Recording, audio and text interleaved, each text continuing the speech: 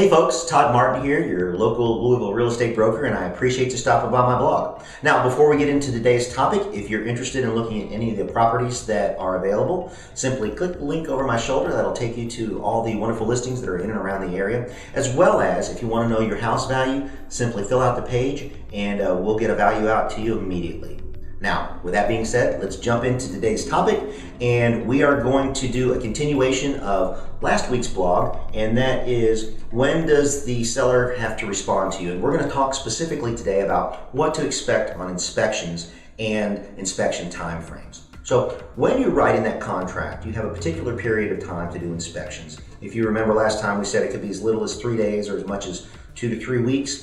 Well, in there, we put in that the buyer has a particular time in which to do any and all inspections, and that can be, like I said, short or long. But then we also put in there a response time, and that response time is usually 2 to 3 days. You don't want to drag it on for too long. So if by chance the inspector goes through, now the home inspector goes through a lot of ins and outs, crawls in a crawl space, goes into the basement, goes up into the attic, looks at every nook and cranny in the home, and if there are things that are of concern, and we're looking for safety items, not upgrades.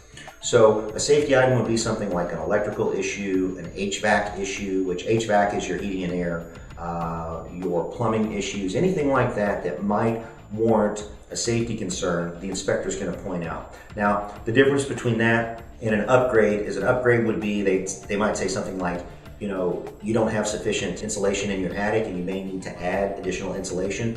That would be considered an upgrade.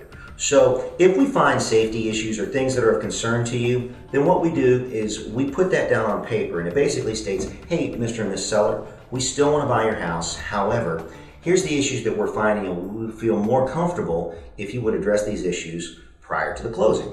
Now, at that point, you're in your second phase of negotiation in the contract. So what could happen is the seller could do one of several things. The seller could say, no problem, that's not a big list, we'll go ahead and take care of it, and we'll see you at closing. Or they could say, hey, you've got A, B, C, and D items to do. We'll do A and B, and you can do C and D after you take possession. Or they could say, tell you what, why don't we lower the price on the house? Why don't we give you some money at closing?